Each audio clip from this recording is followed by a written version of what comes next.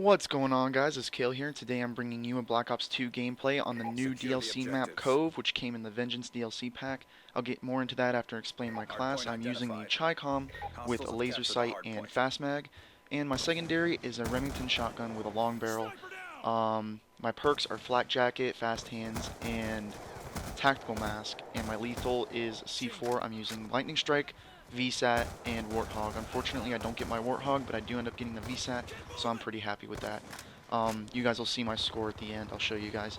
Um, Getting into the DLC, Vengeance DLC map pack. First off, I think that the Buried Zombies map is very good. The only thing that I don't like about it is it seems like it needs multiple people to play because it is very difficult and there's a lot of hidden things that are hard to do by yourself, especially when crawlers bleed out so fast.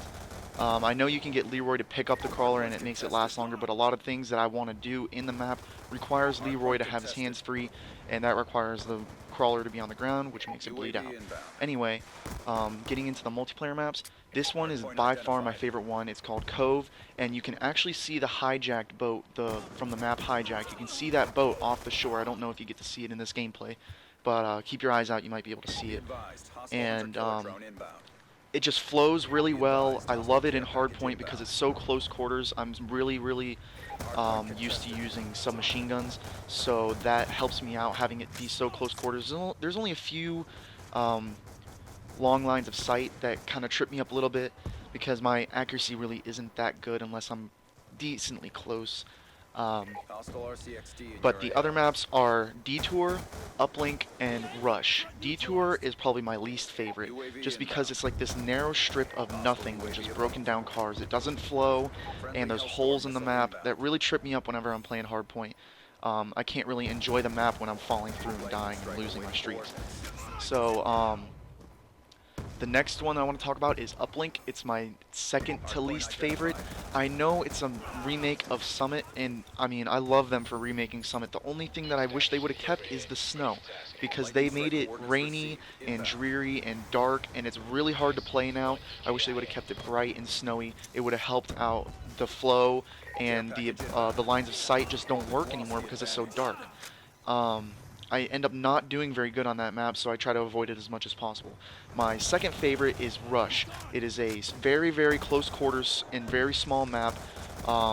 It's like a paintball arena type area. There's different types of obstacles, different types of cover you can hide behind. That's one reason why I don't like it so much is because there's all these different shapes that I'm not used to shooting around. Like on here, every Call of Duty has rocks. You're used to shooting like around rocks and everything. So but like in Rush, it has like these triangle or rectangular blow up obstacles, which I don't know how they stop bullets. It's a video game. Um, but just all the obstacles I don't like shooting around. It's really easy for people to escape whenever I'm shooting at them. Anyway, I do end up doing pretty good on that map. I'm actually going to be uploading another gameplay talking about something else that I'm not going to talk about in this gameplay itself. So another thing I want to talk about is pre-orders that I have. I am for sure getting the Xbox One. I have it completely paid off.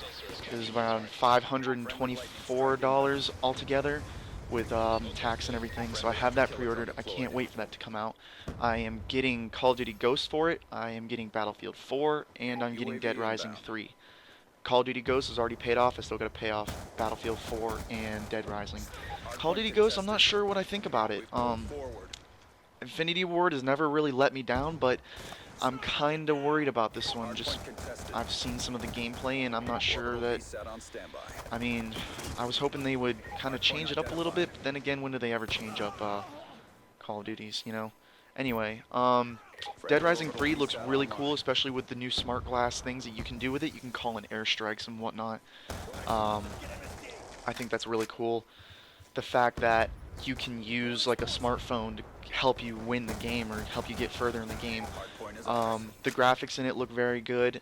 I've always liked Dead Rising, never really had a chance to play it though, because the last one, whenever it came out, was really like back when I wasn't big into Xbox. Unfortunately, I never really got into it. But I can't wait for this one. And Battlefield 4.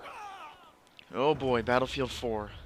I'm kind of mixed opinion about it. To me, it looks just like Battlefield 3, maybe with a little bit better graphics, a little bit bigger maps. Um, I'm not sure if I like that much. I mean, I know, well, the maps, I guess they're not really, well, they are big, but they're not really altogether big because they kind of change as you play the game. I guess because the one map that they've really been showing a lot, you would capture like an objective down on the ground, and then the map would actually move to the skyscraper, and that's where everybody would move unless, you know, they're weird and they're not playing objective, which some people don't, but most people do. So, I guess that's okay. I do like the destruction, the new destruction, how the entire building falls down. I think that's pretty cool. But to me, the engine, well, not the engine, the gameplay and everything, it seems the same. Like, I don't know, it just seems like Battlefield 3. And honestly, I didn't enjoy Battlefield 3 that much. I wasn't very good at it. I'm pre-ordering Battlefield 4. I'm seeing what I think about it. If I don't like it, I'm just gonna send it back, honestly. Um, but yeah, another thing I want to talk about is the Xbox One controversy. A lot of people um, were complaining to Xbox about the whole used game issue and the Kinect, or the entire Xbox just being on all the time anyway. Honestly, I don't care. I'm going to be buying new games just because I can, and I'm not really going to need used games. I mean, eventually, maybe if there's an old game that doesn't have any more new copies that I really want, I'll buy a used copy now that they actually do use copies. But everybody was complaining about this used game thing, and they fixed it. And what I don't understand is people are still complaining to Xbox saying, "Oh, it's too late." Like, why would you complain about it? Ask, like, basically begging them to fix it. And they finally listen to the community for once, and they actually fix it. And now you're saying, "Oh, well, we don't really care. We're still not getting your thing anyway, even though you did what we asked." Like, I mean, I might be a little bit biased. Honestly, I'm probably going to get both eventually, but don't complain to a company begging them to fix something, and then when they actually listen and do, especially a company as big as Microsoft, you don't just turn around and be like, "Oh, well, we don't care anyway. It's too late. You've already hurt our feelings."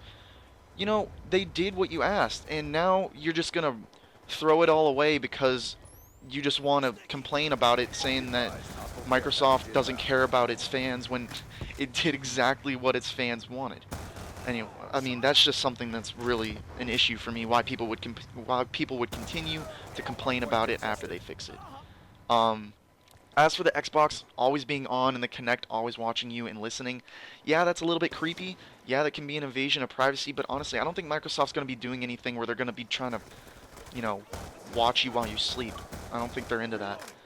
Um, they might listen to like what kind of games you get and what kind of, like, what the majority consumer would like to have, like what kind of game it would like to have, and they're just, all they're gonna do is advertise that game more. I mean, honestly, it's not gonna be like they're gonna watch you and like come and invade your home and rape your children and I mean, I honestly don't think it's that big of a deal, but you know, some people do. That's their problem.